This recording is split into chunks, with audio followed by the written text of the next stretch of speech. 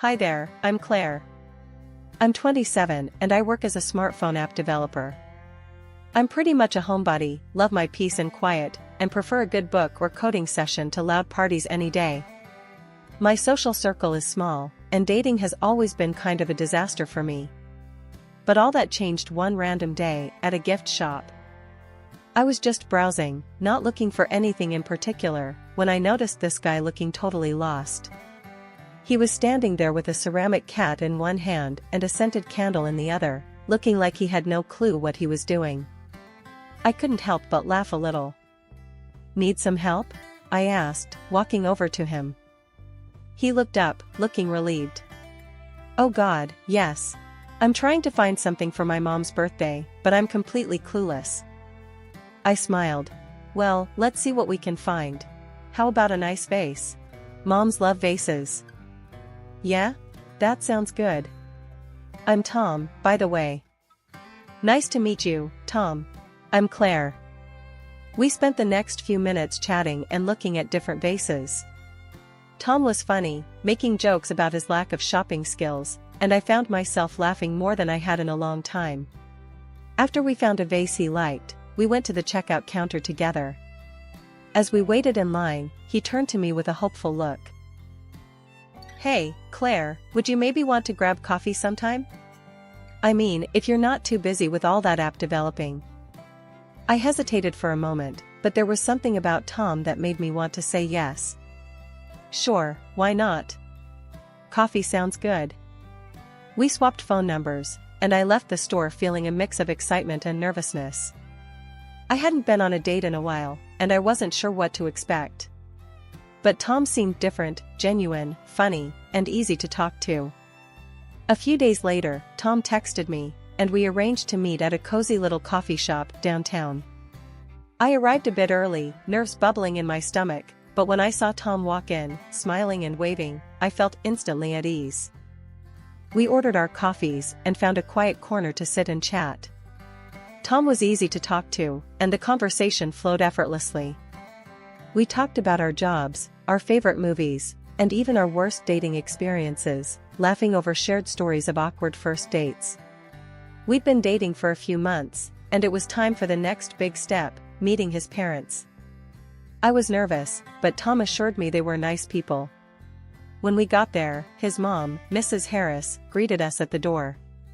She was a stern-looking woman with a cane, her eyes sharp and assessing. Tom's dad, Mr. Harris, was sitting in an armchair, barely looking up from his newspaper. "Mom, Dad, this is Claire," Tom introduced me with a big smile. "Hello, dear," Mrs. Harris said, looking me up and down. "Tom's told us a lot about you. Please, call me Evelyn. Come in, sit down." I sat on the edge of the couch, feeling like I was under a spotlight. Mr. Harris grunted a hello, but didn't say much else. "So, Claire," Evelyn started. "Tom tells us you work in tech?" "Yeah, I'm a smartphone app developer," I replied, hoping to keep things simple. Mr. Harris snorted from his chair. "Playing with toys, huh?" I forced a smile. "Not quite. It's more about creating useful tools for people." Evelyn leaned in, her eyes narrowing. "And how's the pay in that field? Decent, I hope?" I felt my cheeks flush. "It's good enough. I'm comfortable." Tom jumped in, trying to change the subject. "Mom, Dad, Claire's got a beautiful house. She inherited it from her grandmother." "Oh, really?"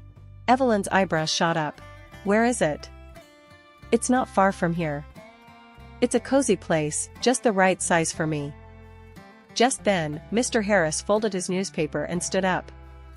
"I'm going to check the garden," he muttered, leaving the room. We walked outside, and I felt some of the tension ease away. Tom's parents were definitely a bit intense, but I could handle it. As we strolled through the garden, Tom looked at me with concern. "Sorry about my mom," he said quietly. "She can be a bit much." "It's okay, Tom. I can handle it," I replied, squeezing his hand. "She just wants the best for you." We spent a bit more time in the garden before heading back inside. Evelyn was waiting, her eyes still sharp but less intense. Did you enjoy the garden, Claire? She asked. Yes, it's beautiful. You have a lovely home. Thank you, dear. We're very proud of it. We chatted a bit more, and I started to feel a bit more relaxed. It wasn't the easiest conversation, but it was a start. As we got ready to leave, Evelyn gave me a quick hug. Thank you for coming, Claire. It was nice to meet you. A few months after meeting Tom's parents, we decided to get married. We both agreed on a simple ceremony, nothing flashy. I never liked big weddings, and Tom was on board with that. His parents weren't too thrilled, but they went along with it. The wedding day was pretty low-key. We had it at a small park, just a handful of friends and family. I wore a simple dress, and Tom looked good in his suit. After the ceremony, we had a small reception at a nearby cafe. It was simple, just good food and close friends. Tom's parents were there, of course. Evelyn, his mom, looked around with a critical eye but seemed more relaxed than usual. Congratulations, dear, Evelyn said, giving me a quick hug. The ceremony was nice. Thanks, Mrs. Harris. I'm glad you came, I replied, trying to keep things friendly. We mingled with our guests, keeping the atmosphere laid back. Our friends were cracking jokes and making toasts, and it was nice to see everyone enjoying themselves. We didn't have a traditional wedding cake, just a bunch of cupcakes for everyone. I picked out a chocolate one and took a bite. These are good, I said, offering Tom a bite. Yeah, they are, he agreed, getting frosting on his nose. As the night went on, I felt more relaxed and happy. It wasn't a grand event, but it was exactly what I wanted, a simple celebration with the people who mattered most. At the end of the night, Tom and I said our goodbyes and headed to my house, which was now our home. The house was perfect for us, with ramps and low steps, designed for my late grandmother's comfort. As we walked in, Tom's mom, Evelyn, looked around with a gleam in her eye. This house is very convenient, Claire. Perfect for someone like me, she said, giving me a meaningful look. Yeah, it's been great, I replied, feeling a bit uneasy. Evelyn kept looking around, clearly impressed. This place is really something. Your grandmother must have been quite thoughtful. As the evening wound down, I couldn't shake the feeling that Evelyn had plans of her own.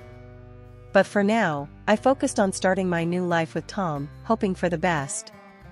So, things had been pretty smooth after the wedding. Tom and I were settling into our routine when everything took a sharp turn. It all started one evening when his parents came over for dinner. Evelyn, Tom's mom, was looking around the house with that same gleam in her eye. It must be hard for you two to keep up with such a big house. I shrugged, not sure where this was going. We manage. It's not too bad. Later, as we sat down to dinner, Evelyn dropped the bombshell. Claire, Tom, I've been thinking. My house is just too difficult for me to navigate. I think it would be best if I moved in here. I almost choked on my food. Move in here? With us? Yes, she said, as if it was the most obvious thing in the world. It's just so much easier for me here. I looked at Tom, expecting him to say something, but he just nodded. Mom has a point, Claire. It would be easier for her. I couldn't believe it. Tom, we didn't even discuss this. We're discussing it now, Evelyn said, her tone firm. It's really the best solution. I took a deep breath, trying to stay calm. We need to think about this. It's a big decision. The next day, I came home from work to find movers unloading Evelyn and Mr. Harris's stuff into my house. I was furious. What's going on here? Tom met me at the door, looking sheepish. Mom and Dad are moving in. Claire, it's just for a while.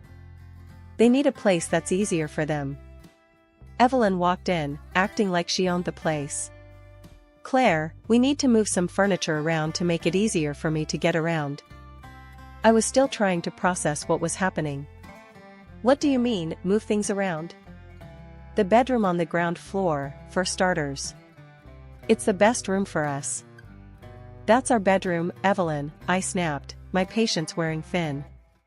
Well, you'll have to move upstairs. I need the ground floor room. I looked at Tom, hoping he'd back me up. We're family, Claire. Families help each other out, he said, like it was the simplest thing. I had no choice but to go along with it. The movers finished up, and before I knew it, Evelyn and Mr. Harris were settled into our bedroom, and Tom and I were crammed into the smaller upstairs room. Over the next few days, Evelyn made herself right at home. She didn't lift a finger around the house, always saying her leg was too sore to help. I was left to cook, clean, and take care of everything while Tom acted like nothing was wrong. One evening, after a particularly long day, I sat down with Tom. Tom, this isn't working. We need to set some boundaries.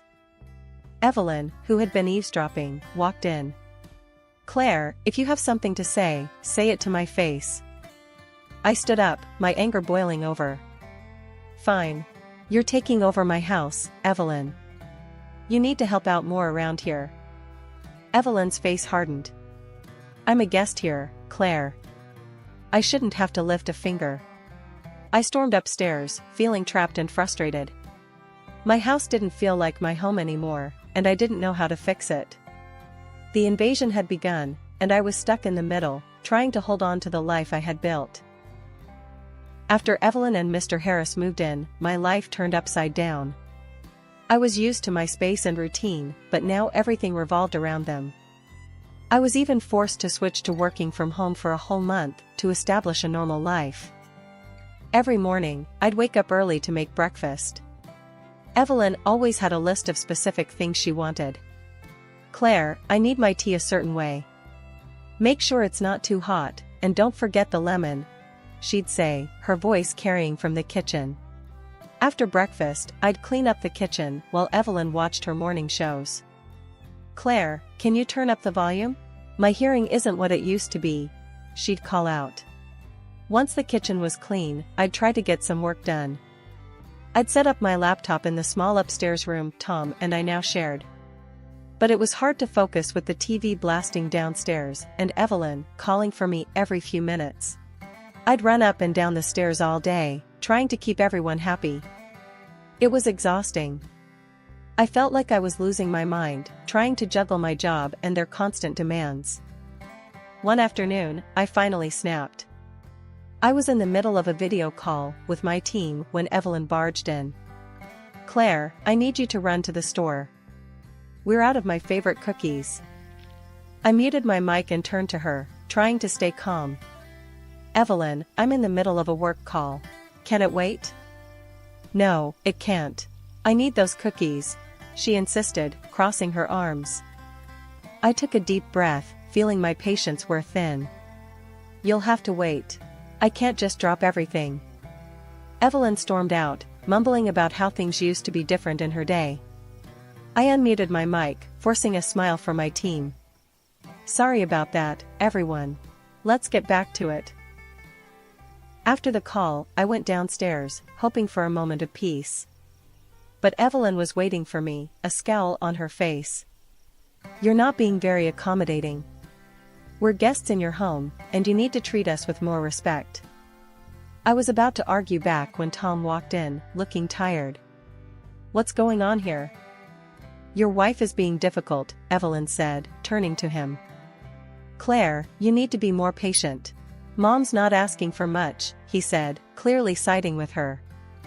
Not asking for much? She's driving me crazy, Tom. I snapped, feeling the tears well up. Evelyn gasped, putting a hand to her chest. How dare you speak to me like that in my son's house? I couldn't believe what I was hearing. Your son's house? This is my house, Evelyn. Enough, Claire, Tom said, stepping in. We're all family here. Let's just try to get along. I stared at him, feeling completely alone. Fine, whatever, I muttered, turning away. A month later, I returned to my usual office work and finally breathed a sigh of relief. Unfortunately, this did not free me from household chores. I'm really tired. Life at home had become a real mess after my return to the office. Every day was a struggle with Evelyn and Mr. Harris constantly needing something. Then, one night at dinner, Evelyn dropped a bombshell. "Claire, you're not keeping up with the housework," Evelyn said, looking at me over her glasses.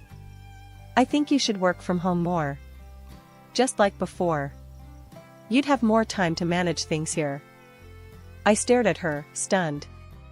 "Work from home? Evelyn, I love my team and my job. Going to the office is my only break from all this." Tom jumped in, siding with her. "Claire, Mom's right. If you're home more, it'll be easier for everyone." I couldn't believe what I was hearing. Easier for everyone? What about me? I need a break from all the noise and demands here. Evelyn crossed her arms, looking stern. "Claire, I need care. My leg gives me a lot of trouble, and it's hard for me to do things on my own." I felt cornered, their eyes on me, pushing me to agree. I can't just switch to working from home. I need to talk to my boss. The next day, I called my boss and explained the situation. He was understanding and allowed me to work from home. But as soon as I made the switch, things got worse. Evelyn and Mr. Harris turned into a constant source of interruptions. "Claire, I need you to make lunch. And don't forget the special soup I like," Evelyn would call out. "Claire, the TV isn't working. Fix it," Mr. Harris would demand, even though it was just a matter of pressing a button. And the TV was always blaring at full volume, making it impossible for me to concentrate on my work. I tried talking to Tom about it one evening. "Tom, I can't keep working from home like this. Your parents are driving me crazy with their demands. Claire, they need us. You need to be more understanding," he replied, dismissing my concerns. "I'm trying to be understanding, Tom, but I'm burning out here. I need some peace to do my job," I said, my voice shaking. "You're overreacting, Claire. Just try harder," he said, not even looking at me. I felt like I was losing my mind. Every day was a new demand, a new interruption. I was mentally and physically drained. The house, which used to be my sanctuary, had become a place of constant stress and noise. One day, after yet another interruption, I couldn't take it anymore. Evelyn had barged in, demanding I fix the TV again while I was on an important call. I snapped, slamming my laptop shut and storming downstairs. "Enough! I can't do this anymore," I shouted, my voice echoing through the house. "I'm tired, Evelyn. I can't work with all this noise and constant interruptions. I'm not your maid or your personal assistant." Tom came rushing in. "Claire, calm down. What's going on?" "I'm done, Tom. I can't keep sacrificing my job and my sanity for your parents. This has to stop," I said, tears streaming down my face. Tom looked at me, his face serious. "Claire, you need to get a grip. We're all trying our best here." I shook my head, feeling a mix of anger and despair. "I've reached my breaking point, Tom. Something has to change, or I can't stay here." The room fell silent, my words hanging in the air. I knew things couldn't go on like this, and I needed to find a way to reclaim my life, no matter what it took. So, we were all having dinner, me, Tom, and his parents. I'd had enough of the constant stress, and I decided it was time to speak up. "Listen, everyone," I started, putting down my fork. "We need to talk. It's getting too hard for all of us to live in this house together. We need to figure out a way to separate." Evelyn, my mother-in-law, jumped in before I could finish. "I agree, Claire. This house is very comfortable and suits someone like me perfectly. Since it's so convenient for me, you should be the one to move out." I stared at her, stunned. "You're telling me to leave my own house?" She nodded, looking very pleased with herself. "Yes, dear. It's only logical. This house is perfect for an elderly person like me." I turned to Tom, hoping he'd support me. "Tom, are you okay with this?" He shrugged, avoiding my eyes. "It's fine with me, Claire. Maybe it's best if you find another place." I'll hire a nurse for Mom, so she's taken care of. I couldn't believe what I was hearing. They were pushing me out of my own home. I realized then that Tom and his parents were taking advantage of me and trying to drive me out. I got up from the table, feeling a strange calm wash over me. "All right then," I said, smiling. I picked up my phone and dialed the movers. Evelyn and Mr. Harris exchanged pleased looks, thinking I was leaving. "Good decision, Claire. It's better this way," Evelyn said, almost smugly. But I had other plans. "Yes, I'd like to schedule a move," I said into the phone. "Please send a team to pack up my in-laws' belongings and move them out of my house." Evelyn's face went pale. "What are you doing? You can't kick us out." "Yes, I can, Evelyn. This is my house," I said firmly. Tom jumped up, furious. "Claire, if you make my parents leave, I'll go with them." I looked at him, feeling strangely calm. "Fine by me, Tom. I'd be glad to see you go." He looked shocked, not expecting that response. "You don't mean that." "I do, Tom. I'll send you the divorce papers tomorrow." Evelyn started to cry, calling me a cruel girl. "How can you do this to us, Claire? We're family." I shook my head. "Family doesn't treat each other like this, Evelyn. You've pushed me too far." The movers arrived within the hour. Evelyn and Mr. Harris had to pack their things, cursing and complaining the whole time. "You're heartless, Claire," Evelyn yelled as she packed her belongings. "I'm just standing up for myself, Evelyn. You should have respected my boundaries," I replied, watching her pack. As they loaded their things onto the truck, Evelyn kept shouting about how I was throwing out a sick, elderly woman. But I didn't budge. I stood my ground and watched them leave, knowing I was finally taking back control of my life. Once they were gone, the house felt strangely quiet, but it was a peaceful quiet. I knew I'd made the right decision, and I was ready to move on with my life, free from their demands and manipulations. After I kicked Tom and his parents out, I knew what I had to do. I filed for divorce and cut all ties with them. It was tough, but I felt free for the first time in ages. I went back to my job at the smartphone app development company, and I finally started enjoying my work again without all the chaos at home. I heard through the grapevine that Tom was still living with his parents, and they were becoming even more moody and unbearable. It didn't surprise me. They always needed someone to lean on, and now Tom was stuck dealing with it all. One day, out of the blue, Tom called me. I was surprised to see his name on my phone. I hesitated but decided to answer. "Hello?" "Hey, Claire, it's Tom," he said, sounding nervous. "Yeah, I know. What do you want, Tom?" I asked, keeping my voice steady. "I've been thinking a lot about us, and I realize I made a huge mistake. I want to make things right," he said, his voice shaky. I sighed, already feeling tired of this conversation. "Tom, it's over. We've been through this." "I know, but I'm serious. I'm ready to cut ties with my parents if that's what it takes. I want you back, Claire," he pleaded. "It's not just about your parents, Tom. The problem was with you. You never stood up for me, and you let them walk all over us," I said, trying to stay calm. "I know I messed up, but I can change. I'm ready to put you first now," he insisted. I shook my head, feeling a mix of anger and sadness. "Tom, it's too late for that. You had your chance to stand by me, and you didn't. I've moved on." I put down the phone, feeling a strange mix of emotions. It was sad, but also liberating. I had made the right decision for myself, and I wasn't going to go back to that toxic situation. In the following weeks, I threw myself into my work. My team noticed the change in me, and my boss even commented on how much more focused and productive I was. I also reconnected with some old friends and started going out more. It felt good to have a social life again without the constant stress hanging over me. One evening, I was out with my best friend, Sarah. We were having drinks at our favorite bar, catching up on everything. "So, how's the single life treating you?" Sarah asked, grinning. Honestly, it's great.